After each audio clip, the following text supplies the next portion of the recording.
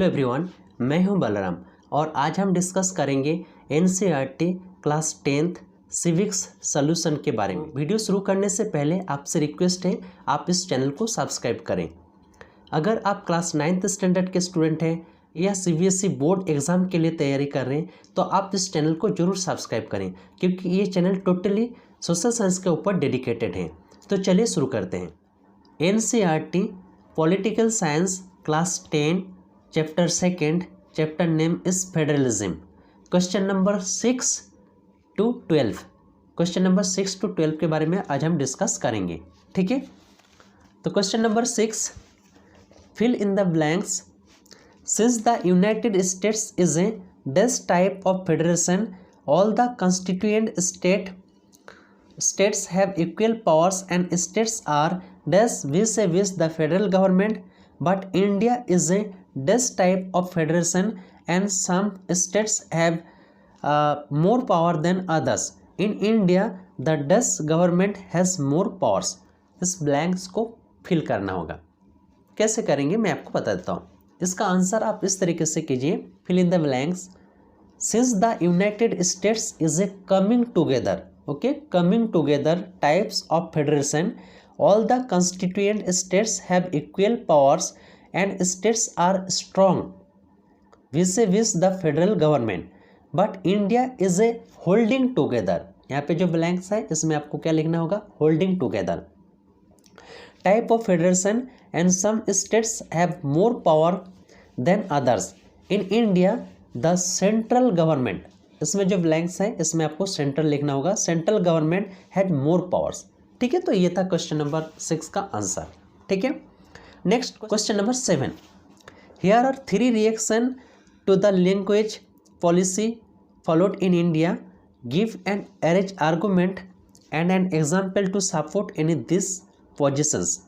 Sangeeta, the policy of accommodation have strengthened national unity.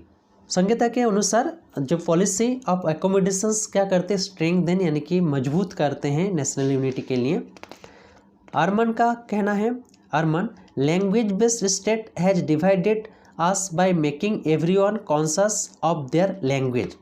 Language based अगर division करते हैं तो क्या होता है, कॉन्शियसनेस यानी कि जागरूकता बढ़ते हैं लैंग्वेज के ऊपर। हरीश का स्टेटमेंट है, this policy has only help to consolidate the dominance of English over all the other language, okay, languages. तो हरीश का कहना है जे ये पॉलिसी क्या करते हैं, ये कंसोलिडेट करते हैं। तो इसका आंसर के लिए आपको क्या करना होगा मैं आपको बता देता हूँ। आप इस तरीके से लिखें, the policy of accommodations mentioned by Sangeeta is correct. Reaction to the language policy followed in India, the Indian government has given equal status to all the languages in the country. Due to this policy, India stands in unity with states having different languages. Had India not followed the policy of accommodation, several states could have proposed separation from the country. हो सकता था अलग अलग भाषा बोलने वाले states alienated feel करता था और सेपरेशंस के लिए मन बना लेता, इसलिए ये संगीता का जो स्टेटमेंट है अप्रोप्रिएट है। ठीक है, तो इसका आंसर इस तरीके से आपको मेंशन करना होगा। Question number 8, the distinguish features of a federal government is A, national government gives some powers to the provincial government, B, power is distributed among the legislature, executive and judiciary, यानी कि power distribute होते हैं legislature, executive और judiciary के बीच में। C, elected official exercise supreme power in the government, यानी कि जो निर्वाचित प्रतिनिधि वो सुप्रीम पावर का एक्सरसाइज करते हैं। इसके अलावा D, governmental power is divided between the different levels of the government. Statement D जो है ये अप्रोप्रिएट है, तो इसका आंसर होगा डी। ठीक है, governmental powers is divided between different levels of government. ठीक है, question number 9, a few subjects in various list of the Indian constitution are given here, group them under the union, states and concurrent list as provided in the table below. ठीक है, तो इसमें कुछ सूची है, इस सूची को आपको वर्गीकृत करना है यूनियन लिस्ट में, स्टेट लिस्ट और कॉन्करेंट लिस्ट के बारे में। सूची में क्या क्या है? A defence, B police, C agriculture, D education, E banking, F forest, G communications, H trade and I marriage. ठीक है, तो इससे हमें वर्गीकरण करना होगा। तीनों लिस्ट यहाँ पे है, यूनियन लिस्ट, स्टेट लिस्ट और कॉन्करेंट लिस्ट। तो इनमें से यूनियन लिस्ट में आप रखेंगे डिफेंस, इसके अलावा बैंकिंग और जी कम्युनिकेशंस। ठीक है, स्टेट लिस्ट में आपको रखना है पुलिस, इसके अलावा ट्रेड और इसके अलावा एग्रीकल्चर। ठीक है, और रिमेनिंग जो है उसे आपको कॉन्करेंट लिस्ट में रखना है, जैसे कि एडुकेशन, फॉरेस्ट और मैरिज। ठीक है, तो ये था इसका आंसर, क्वेश्चन नंबर 9 का आंसर। ठीक है, नेक्स्ट हम बात करेंगे क्वेश्चन नंबर 10।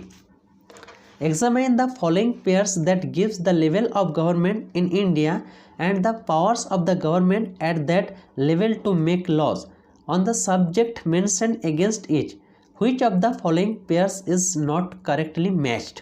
तो इनमें से जो सूची दी गई, एक पेयर दिए गए हैं, इससे हमें देखना होगा कौन सा जो लाइनें यहाँ पे मैच नहीं हो पा रहे। ठीक है, नंबर ऐसा यहाँ पे देखेंगे, ए स्टेट गवर्नमेंट, राइट साइड में लिखा है state list, central government union list, central and state government concurrent list, बिल्कुल सही है। और डी लोकल गवर्नमेंट रेसिड्यूअरी पावर्स यानी कि अवशिष्ट पावर। ठीक है, तो इसका आंसर होगा डी। ठीक है, लोकल गवर्नमेंट्स रेसिड्यूअरी पावर्स। ठीक है, next question number 11, match list 1 with list 2 and select the correct answer using the codes given below the list। दो लिस्ट जो मिला है इनमें से हमें सही आंसर ढूंढना है। जैसे कि लिस्ट 1 में दिया गया है यूनियन ऑफ इंडिया, लिस्ट 2 में दिया गया है प्राइम मिनिस्टर, बिल्कुल ये सही है। नंबर 2 स्टेट, स्टेट में यहाँ पे आपको गवर्नर यानी कि सी जो है उसे करना होगा, स्टेट का जो हेड होता है governor. Number 3 municipal corporation, municipal corporation के लिए मेयर जो है मेयर होगा, डी मेयर। ग्राम पंचायत, ग्राम पंचायत के लिए क्या होगा? सरपंच। ठीक है, इसका आंसर आपको क्या करना होगा? सी यानी कि ए सी डी बी। ठीक है, इसको इस तरीके से मैच करना है। नेक्स्ट क्वेश्चन यानी कि last question, question number 12, consider the following 2 statements. A in a federation the powers of the federal and provincial government are clearly demarcated. B India is a federation because of the powers of union and state governments are specified in the constitution and they have exclusive jurisdiction on their respective subjects। बिल्कुल ये भी सही है, ये statements भी सही हैं। ठीक है, तो ये दो करेक्ट हो गए। C Sri Lanka is a federation because the country is divided into provinces. नहीं, ये गलत है क्योंकि श्रीलंका फेडरेशन फेडरल कंट्री नहीं है, यूनिटरी कंट्री है, यूनिटरी गवर्नमेंट है वहाँ पे। ठीक है, D India is no longer a federation because some powers of the state have been devolve to the local government bodies. ठीक है, इसका आंसर होगा which of the statement given above the correct answer है A and B only. ठीक है, यानी कि इसका आंसर होगा C A and B only.